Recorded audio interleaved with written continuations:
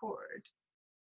Hi everyone, I'm delighted to be chairing this interview with one of our alumna from MEMS. My name is Emily Gary and I'm the co-director of the Center for Medieval and Early Modern Studies, and today I am with...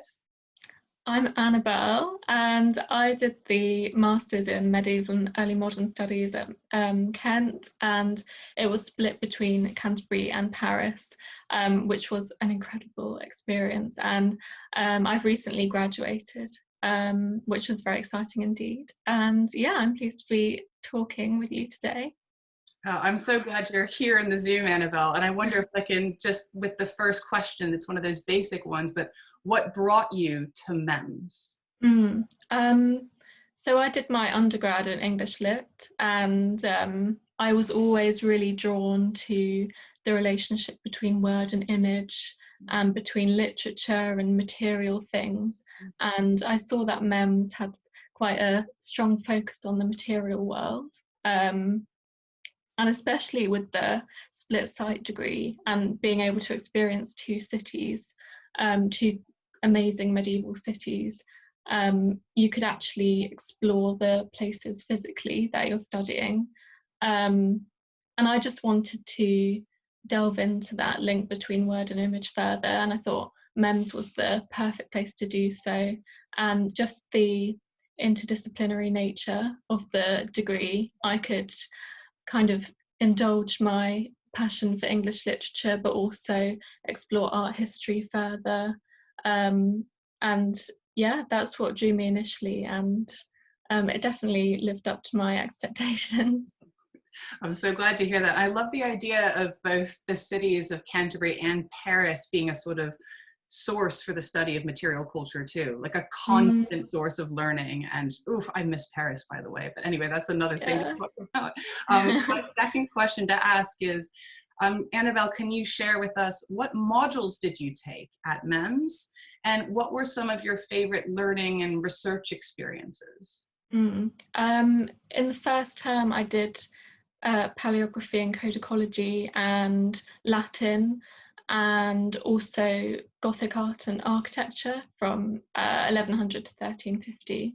And those two modules in paleography and in Latin, they really provide the practical foundation.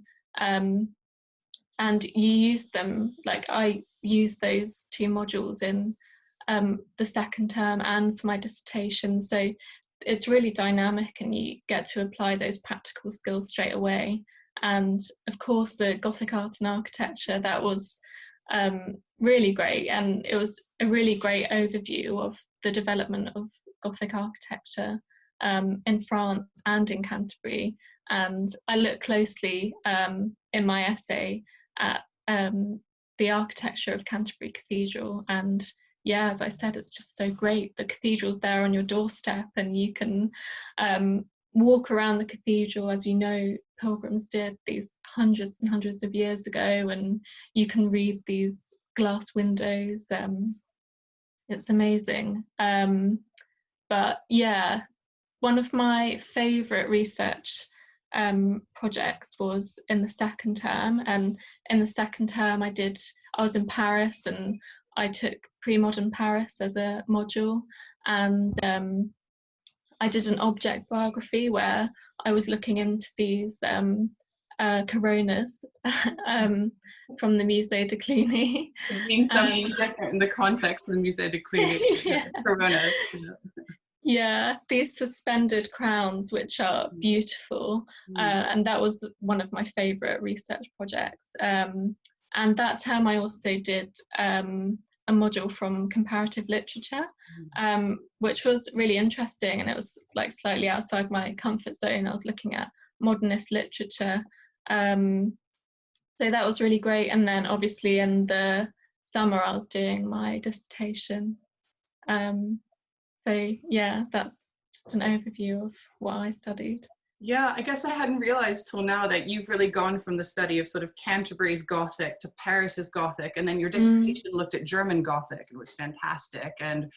But also I'll never forget when we all stood around that new vitrine in the Musée de Cluny, and all of you Yeah. could see the orfevrerie and goldsmith work and those Merovingian crowns, and watching your faces light up was really exciting. It was a Yeah. good moment with the seeing it in the new refurb with a bunch of Mm. it was really, really fun. That was one of my favourite museums, actually. Even though it's quite small and it was going through a refurb, but they've got beautiful stuff, and the textile things in there are Oh gosh. stunning. Yeah, the collection of textiles in the Musée de Cluny is just incredible. And I love bringing students there too, because it's housed in what was the Roman baths of that part of Paris. And so you're looking at these medieval objects, then you look out the window and you can see Gallo-Roman brick and the frigidarium, and oh, it's just so cool. And Yeah. I can't wait to get back there soon after lockdown. Annabelle, our last question to you is, what are some of the reasons you might recommend MEMS as an MA program to other potential students?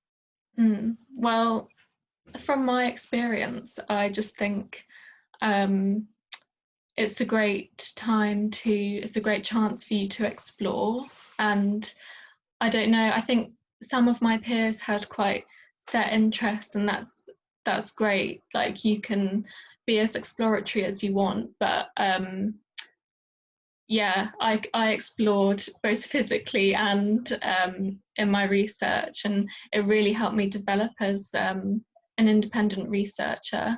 And I feel like it's a great foundation if you're interested in doing a PhD, or maybe looking at going into the archives, working with archives. There's so much practical hands-on experience that you get with MEMS, with being in the cathedral archives and actually getting to touch these manuscripts. It's a really great experience. So yeah, I would say that practical element and being prepared with those skills that you actually need to read a medieval text. Yeah, no, that's excellent. Again, it makes me think how much I wish I could be in the cathedral archives right now teaching from a manuscript. We're doing all this stuff online right now, but as soon as we're able to get back there, it's just going to be such a delight to do that again. Thank you so much for sharing your thoughts about MEMS with us, Annabelle. It's so nice to see you. And when lockdown is over, can't wait to celebrate your success in our MA program. And yeah, wishing you all the best. And thank you so much for doing this for us. Oh, thanks for having me. Yeah, nice to see you. Bye. Bye.